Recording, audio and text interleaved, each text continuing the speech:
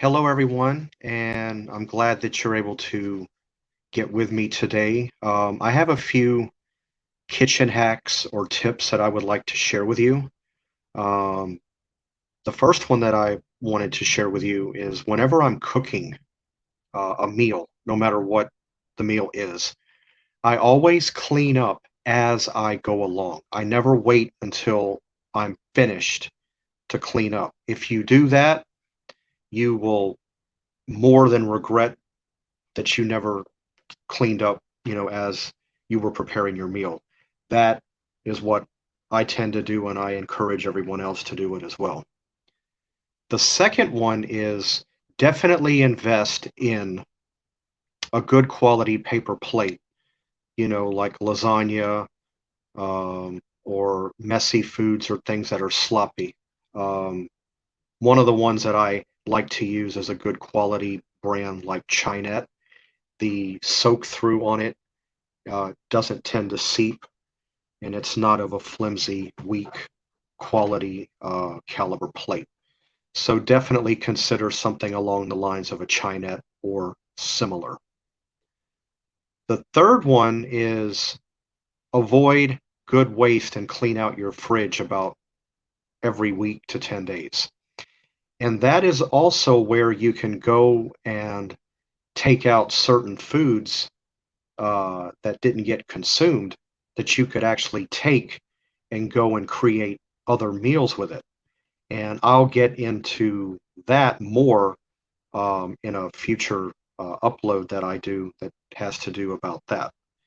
Um, the next one, my fourth tip, is powdered coffee creamer. It works good in instant mashed potatoes. You can use it in hot chocolate. Let's see, you can use it to emulsify certain types of soup. I've done that. It works out pretty well. Uh, I guess you could pretty much use it in any kind of soup, really, if you're trying to, you know, lively in it up or make it richer, which is what it will do. And then the fifth one, this is what I tend to do, and going back to the Parmesan cheese omelet that I did uh, a few days back on a Recipe Tuesday segment that I did, you can put Parmesan cheese in eggs. It will make your eggs creamier and a little richer, and it will also make it fluffier. So if you're looking for a good tip to help your eggs out, definitely give that a try.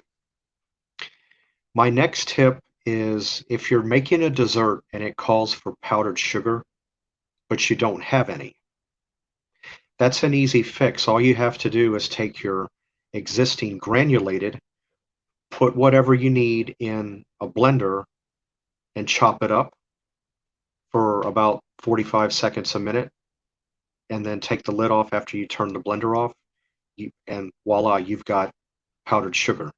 There is no need to have to go out and spend that extra $1.50, $2, $3, whatever the case may be, to get powdered sugar when you can basically pretty much do it with your existing sugar that you have there.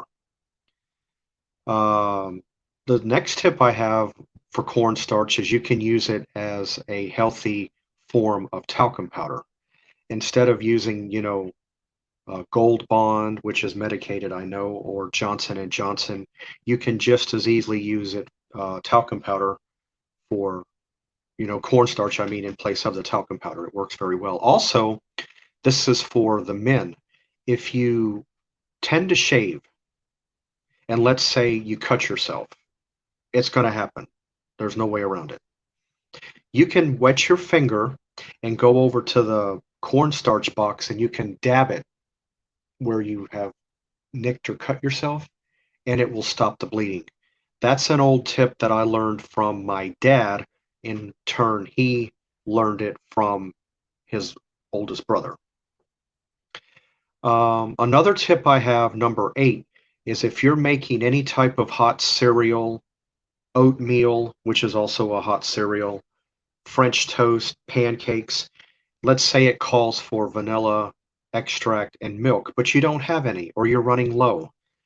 If you use flavored coffee creamer like Coffee Mate French Vanilla or International Delight, you could just as easily take that as a substitute and pour it in there, and it works just as well. It also works good for those people out there that are lactose intolerant and you can't have any type of dairy products whatsoever. So definitely consider that for those that like to use coffee creamer and you want to give that a try.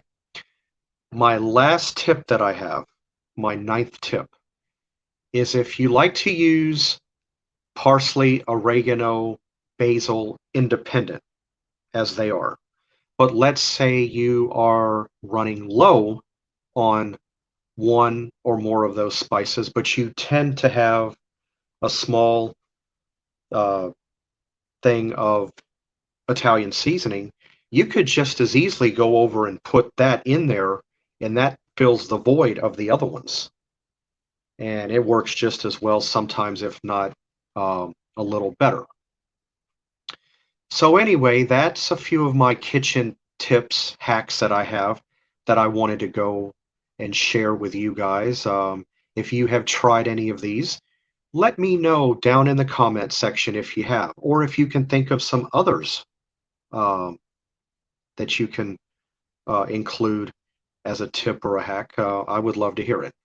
Uh, I just want to say thank you for watching, and I will see you next time.